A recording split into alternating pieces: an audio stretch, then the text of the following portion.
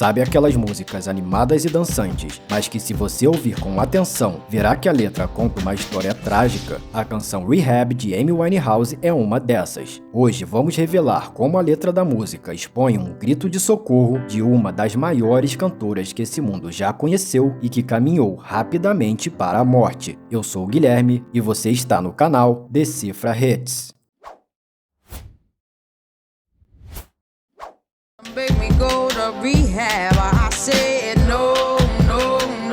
Na canção Rehab, Amy Winehouse zomba daqueles que tentaram a ajudar e diz que não precisa se internar para tratar os seus vícios, basicamente ignorando os conselhos que poderiam ter salvo a sua vida. Para entender a letra de Rehab e como uma cantora tão brilhante foi do auge ao fundo do poço, podemos começar analisando a sua conturbada infância. Nascida em 14 de setembro de 83 em Londres, Amy Jade Winehouse teve uma infância marcada pela ausência de seu pai Mitchell, que passava mais tempo com a sua mãe do que em casa. Quando Amy tinha 9 anos, seus pais se divorciaram, o que trouxe um impacto significante na saúde mental de Amy, que era extremamente apegada ao seu pai e sempre buscava sua aprovação em tudo que fazia, mesmo depois de adulta. Esses eventos provavelmente contribuíram para que ela desenvolvesse transtorno de personalidade borderline, que causa alguns sintomas como instabilidade de humor, tendência a comportamentos autodestrutivos e tendência a ter relacionamentos obsessivos. Guarde essa informação, pois ela é fundamental para você entender o que de fato aconteceu com Amy. Aos 14 anos, ela já tomava antidepressivos.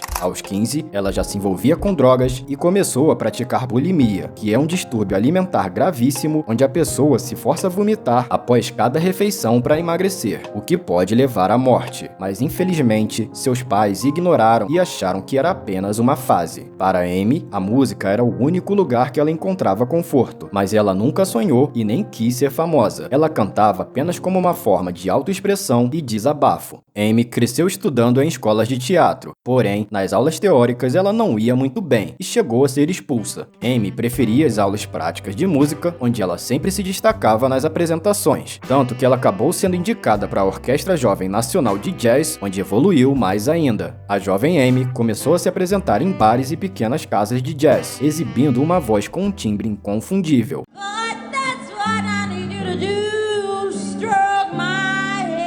E em pouco tempo, acabou sendo encontrada por um caça-talentos de uma gravadora chamada 19 Entertainment, com a qual assinou seu primeiro contrato musical. O contrato lhe pagava 250 euros por semana, o que era bom, mas ainda não o suficiente. Então, para pagar as contas, ela chegou a trabalhar como jornalista numa pequena agência de notícias e também num estúdio de tatuagem e piercing. Mas tudo começou a mudar quando seu amigo Tyler James enviou a demo de uma música de Amy para um recrutador de talentos da gravadora Island Records. A gravadora se impressionou com a voz de Amy, que foi convidada para uma audição, na qual ela deixou todo mundo de queixo caído. Com o novo contrato, ela conseguiu dinheiro suficiente para comprar o seu primeiro apartamento e se dedicar inteiramente à música, passando então a produzir o seu primeiro álbum, Frank, que foi lançado em 2003. Com canções como Stronger Than Me, o álbum trazia uma mistura impecável de soul, jazz, ritmo e blues, e resgatando uma incrível sonoridade jamais ouvida desde os anos 30 e 40, a obra foi aclamada pela crítica e pelo público, e atiçou a ganância da mídia e das gravadoras, que começaram a tentar sugar o talento de Amy para produzir mais álbuns e fazer mais dinheiro a qualquer custo. Se tá gostando do vídeo até aqui, já pode deixar aquele like e se inscrever no canal para poder assistir mais vídeos como esse. Com a pressão da indústria da música, Amy sofreu um bloqueio criativo e se afastou dos estúdios por 18 meses. O seu abuso de drogas e álcool logo aumentou. E para piorar, foi nessa época que ela conheceu alguém que a arrastaria para um caminho cada vez mais sombrio e fatal. Estamos falando de Blake Fielder Civil, um assistente de vídeo pelo qual Amy se apaixonou de forma compulsiva e que apresentou para ela drogas muito mais pesadas do que ela já consumia: crack, cocaína e heroína. Porém, Blake já tinha uma namorada e acabou abandonando Amy para voltar para o seu relacionamento original. Isso abalou Amy de uma maneira tão pesada que ela passou a beber compulsivamente para esquecer Blake e acabou perdendo muito peso. Inclusive, uma de suas músicas mais famosas, a canção Back to Black, é um desabafo sobre esse término. Devido aos seus vícios e transtornos, Amy começou a ter diversos surtos, passou a bater nos paparazzis e muitas vezes se apresentava nos shows completamente embriagada e drogada, a ponto de cair no palco, faltar e abandonar diversas apresentações. Um dos primeiros a notar que havia algo de errado com Amy foi o seu amigo e ex-empresário Nick Szymanski, que tentou convencer a cantora a buscar um tratamento em uma clínica de reabilitação, um conselho valioso, mas que ela infelizmente não queria aceitar, e fez questão de deixar isso claro através de uma canção. E assim surgiu a música Rehab, o primeiro single do seu segundo álbum, Back to Black, lançado em 2006. They try to make me go to rehab. I say no, no, no. Yes, I've been black, but when I come back, you'll no, no, no. Assim como no título e nas outras músicas do álbum, Amy usa a palavra black para simbolizar a depressão. Ela sempre acreditou que conseguiria sair dessa sozinha e sem a ajuda de ninguém. Em outras palavras, ela acreditava que suas lágrimas secariam por si só, expressão que inclusive é o título de uma outra música sua e que ela também usa em Rehab. Outra pessoa que infelizmente compartilhava desse mesmo pensamento era o seu próprio pai, Mitchell Winehouse. Quando Nick sugeriu que ela buscasse a reabilitação, Amy respondeu dizendo que só iria se o pai dela achasse que ela precisava.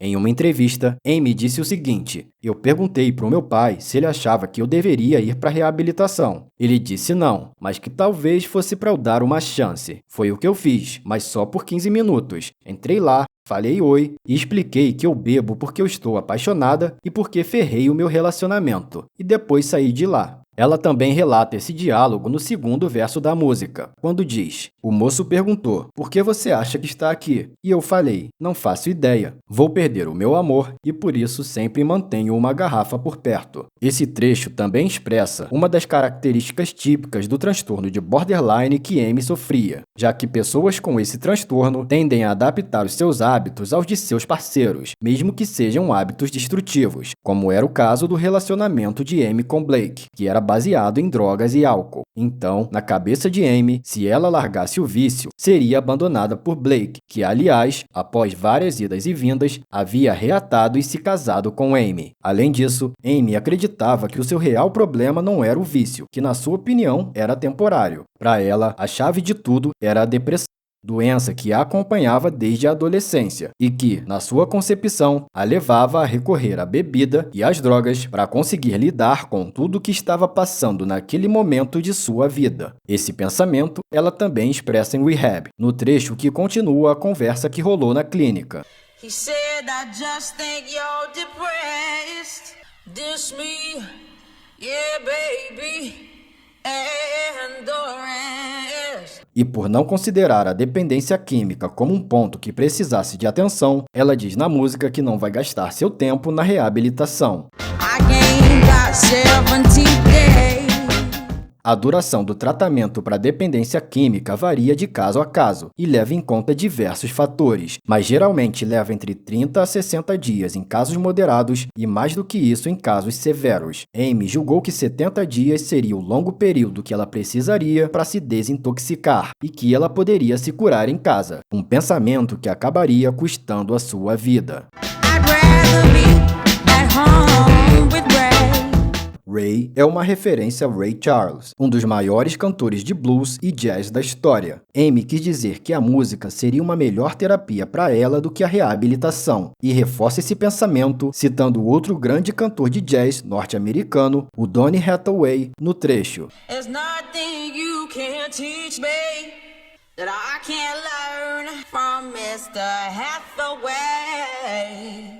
É muito comum que pessoas em situações como a dela passem por um estado de negação, acreditando que não precisam de ajuda. Nesse momento, os fãs, a família, os amigos e as pessoas próximas deveriam ter um papel importantíssimo trazendo a Amy de volta para a realidade. Apesar do conteúdo dessa canção, a Amy acabou aceitando ir para a reabilitação, mas não foi muito eficiente, pois na clínica, Blake facilitava o acesso de Amy à heroína e outras drogas, e ela acabou abandonando o tratamento diversas vezes. A canção Rehab consolidou Amy Winehouse como uma estrela internacional e rendeu a ela o Grammy de melhor performance vocal feminina e música do ano em 2008, o que foi um feito incrível, já que a canção estava competindo com grandes hits como Irreplaceable de Beyoncé, Umbrella de Rihanna e Jay-Z e What Goes Around Comes Around de Justin Timberlake. Porém, ao mesmo tempo que a carreira de Amy estava decolando, sua vida e saúde mental e física estavam definhando.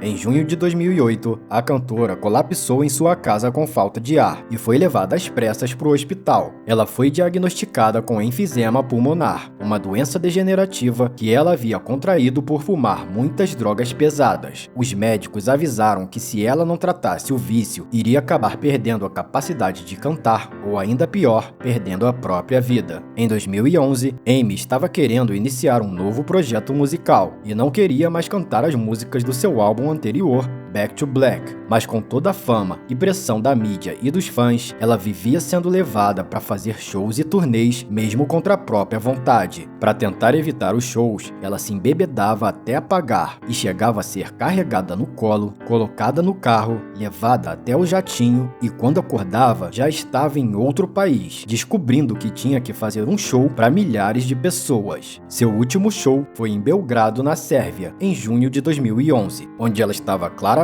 se apresentando forçada, totalmente desconfortável e debilitada, o que a fez esquecer a letra das músicas durante quase todo o show, ser vaiada pelas quase 20 mil pessoas e praticamente chorar na frente do público. Após o evento, Amy Winehouse cancelou suas turnês e se entregou de vez às bebidas. E no dia 23 de julho de 2011, às 11 horas da manhã, o seu segurança Andrew Morris foi chamar a Amy em seu quarto. Tentou acordá-la, mas não conseguiu.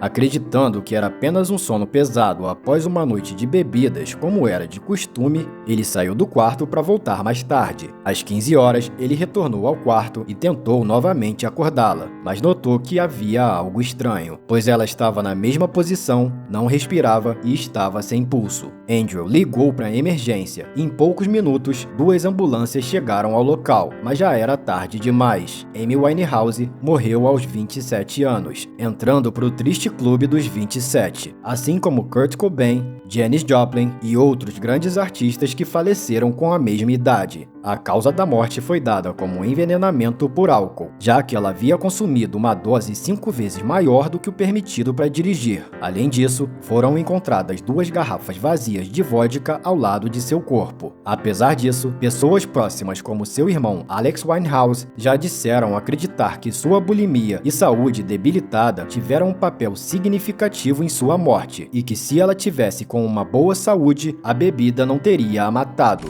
O fato é que Amy Winehouse moldou a música de uma maneira que poucos artistas conseguiram fazer e deixou um legado e uma voz que viverá para sempre. Se você gosta dos nossos vídeos, peço apenas que deixe um like e se inscreva no nosso canal para não perder nenhuma análise musical. Eu vou ficando por aqui, muito obrigado por ficar conosco e até a próxima!